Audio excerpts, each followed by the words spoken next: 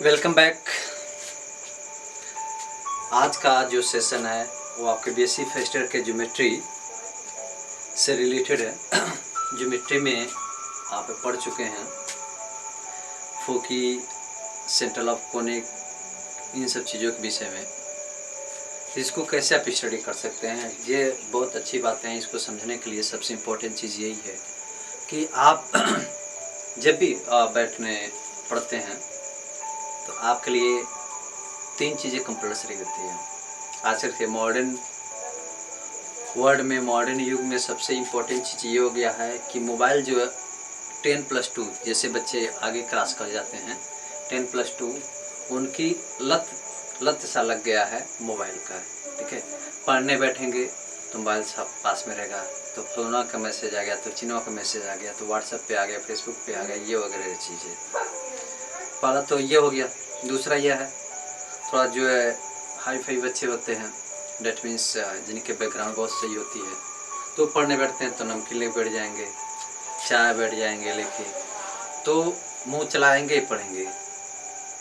या कुछ लोग वह सुट्टा मारने वाले भी होते हैं, और कुछ ऐसे भी बच्चे होते हैं जो इन सब चीज़ों को देखते हुए भी जो है चाहे एकांत में पढ़ने का प्रयास करेंगे या हेलो डेट मीन्स समझ रहे हैं। ठीक है, उनका कॉल आ गया, मेरी वाली वेरी वाली कॉल आ जाता है। तो ये तीनों चीज़ आपका नहीं होना चाहिए पढ़ाई के लिए। सबसे आप खाने के लिए इस पर विशेष ध्यान मत दीजिए। पढ़ाई करें तो मोबाइल से दूर होना चाहिए, और कोशिश रहे कि आप पढ़ाई कर रहे हैं तो माता पिता सामने बैठ के पढ़ाई करें, कि उस बीच जब कॉल आ सकता है आपके जो एज ए डॉली है, तो उससे माता पिता के सामने तो नहीं बात करेंगे। हाँ, तो उसको ध्यान में रखते हुए जो है आप उससे दूरी बनाना तो बेटर कॉन्सेप्ट हो। तो ये तीन चीज़ें हैं, आप लोग विशेष इसका पालन करें। ठीक है, तभी आप आगे कुछ कर पाएंगे, अन्यथा आपके लिए समस्या क्रिएट होगा। तो आपको क्या करना है, पढ़ाई करने के लिए आप अपने आप को मेंटेन रखें, अपने आप को एकदम हफ्ते में आप ज़रूर 1-2 बार फार्मूले को आप अच्छे तरीके से, मैथ के जो फार्मूले हुए total A to Z, lower से लगाए हायर तक की फार्मूला है, उसको रिपीट कर लिया करें हफ्ते में एक बार ज़रूर। फिजिक्स के भी हैं, केमिस्ट्री के भी हैं, जितने भी हैं आप जिसमें रुचि रखते हैं उसको आप संडे के दिन, सैटरडे के दिन, हफ्ते में आप किसी भी दिन जो है उसको रिपीट करें। इससे आपके लिए भविष्य अच्छा होगा, और आज और कल का किया हुआ जो है वही फ्यूचर में हमारे क्या होता है, तब्दील होता है, डेट मीन शामिल होता है। इस बातों को ध्यान में रखते हुए आप पढ़ाई अच्छे से करें। तो आइए हम लोग डिस्कस करते हैं कि कॉन्फोगल के लिए जो है कैसे क्या किया जाता है। ठीक है, तो आपको बताया जाता है कि ज्योमेट्री में कॉन्फोगल जो हैं वो कॉन्फोगल सेक्शन के लिए, कॉन्फोकल सेक्शन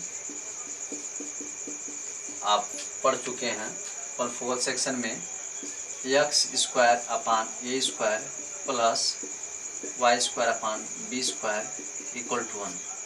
इलिप्स जैसा कि जान चुके हैं आप लोग, इलिप्स में ये होते हैं। इसका हिंदी आपका क्या होता है, दीर्घवृत्त होता है। तो it is the standard equation of the ellipse, x² upon a² plus y² upon b² equal to 1 ellipse है। अब इसमें आपको क्या करना है, समझना ये है कि कहा जाए कि जो इसकी फोकी, यानी जो फोकी है, और सेंटर ऑफ फोकस भी कर लीजिए, फोकस कर लीजिए। तो ऐसे सेंस में जो फोकी और between of the sentence, between of the ellipse के बीच में जो है, जो इसके सेंट्रल होंगे डिस्टेंस, वो डिस्टेंस कैसे हम निकालते हैं। तभी जैसे ये फला फर्स्ट इक्वेशन, इसको सपोज कर लेते हैं। फिर इसी तरह सिमिलर x² अपान α² और फिर y² अपान β² इक्वल टू 1, ये चीज़ें इक्वेशन नंबर 2। चलिए, तो आपका ये फर्स्ट और दो इक्वेशन हुए। तो इलिप्स के लिए जैसा कि हम जानते हैं formula x² upon a² plus y² upon b² equal to 1 between distance of the central for the section, तो इसके लिए आपका फॉर्मूला हो जाएगा X square upon alpha square plus Y square upon beta equal to 1। अब condition क्या है, first और सेकंड इक्वेशन से, फर्स्ट और सेकंड इक्वेशन से आप देखें तो यदि हम कंपेयर करें क्या 1 और 2 को लेके जो है उसके जो ए स्क्वायर है और आपका अल्फा स्क्वायर है और जो बी है स्क्वायर है और बीटा स्क्वायर है, यदि इन दोनों का हम सब्ट्रैक्शन करते हैं तो क्या रिजल्ट आएगा, ये चीज़ है। क्योंकि डिस्टेंस की बातें किया जा रहा है, ठीक है। तो डिस्टेंस की बातें जब किया जा रहा है तो यहाँ से देखिए इन दोनों की हम ये लिख चलते हैं, ठीक है। यानी ए स्क्वायर माइनस अल्फा स्क्वायर, ठीक है, ये चीज़ हो गया। फिर इधर से लेते हैं B square minus beta square concept. तो अब कंडीशन यहाँ पे ये बताया जा रहा है कि भाई चलो देखो हमने सपोज कर लिया डिस्टेंस के लिए बिटवीन ऑफ डिस्टेंस, ठीक है, लैंग्वेज आप लोग लिख लेंगे पढ़ लेंगे, बिटवीन डिस्टेंस कि भाई इस बिटवीन डिस्टेंस के लिए A square minus alpha square equal to B square minus beta square.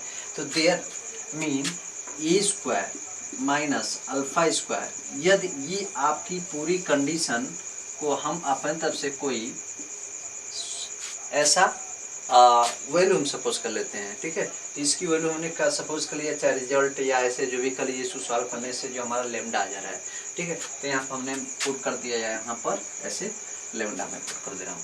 तो आपको सोचना ये है कि भाई ये लेमडा हो गया, तो क्या यहाँ पे पॉसिबल होगा यदि हम अल्फा स्क्वायर की वैल्यू निकालते हैं तो ये इधर आएगा तो क्या जाएगा, यानी alpha square equal to minus lambda. अब यहाँ पर ये हो जाएगा, यहाँ पे पॉजिटिव इधर आएगा तो चलो नेगेटिव ले लेते हैं, यहाँ पे ये हो जाएगा, ठीक है। अब माइनस डायरेक्ट कॉमन लेते हैं, अल्फा स्क्वायर इक्वल टू यहाँ पर जाता है आपका ए स्क्वायर प्लस लेमडा। तो यहाँ से this cancel, that means alpha square equal to यहाँ पर जाएगा आपका ए स्क्वायर प्लस लेमडा। इसी तरह सिमिलर यदि हम यहाँ पे अल्फा ना तो बीटा स्क्वायर लिख देना, तो यहाँ पे क्या बी स्क्वायर प्लस लेमडा, ये दो चीज़ आ गया ना। अब इन्हीं दोनों इक्वेशन को बिटवीन ऑफ डिस्टेंस को लेते हुए जो हम इक्वेशन में पुट कर देते हैं, पुटिंग, ठीक है, इनटू, तो आपका क्या था ये ना अल्फा स्क्वायर बीटा स्क्वायर था, तो अल्फा स्क्वायर बीटा स्क्वायर के जगह आप लिख सकते थे x square upon alpha square plus lambda, ठीक है, ये ए स्क्वायर प्लस लेमडा अल्फा के जगह, और यहाँ पे प्लस वाई स्क्वायर लिखते तो that means B square plus lambda equal to आपका 1। यही आपका एक इक्वेशन हो जाता है, ठीक है, इक्वेशन हो जाता है।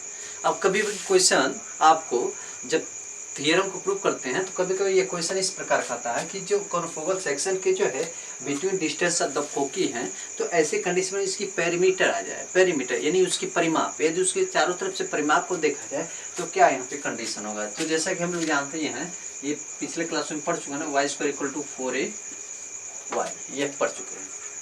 वाई स्क्वायर इक्वल टू यहाँ पे एक्स ले लेते हैं, ठीक है, वाई को लिख लेंगे तो एक्स होगा, एक्स को लिख लेंगे वाई हो जाएगा, ठीक है। तो अब यहाँ पर देखिए वाई स्क्वायर यदि लिख चलते हैं यहाँ, तो यहाँ होता है आपका 4, ठीक है, लेमडा, और सम ऑफ एक्सिस के लिए, एक्सिस पे किसका, एक्स एक्सिस का, तो ऐसे सेंस में क्या हो जाएगा, Y square equal to 4 lambda X plus lambda, ये आपका पेरीमीटर के लिए हो जाता है,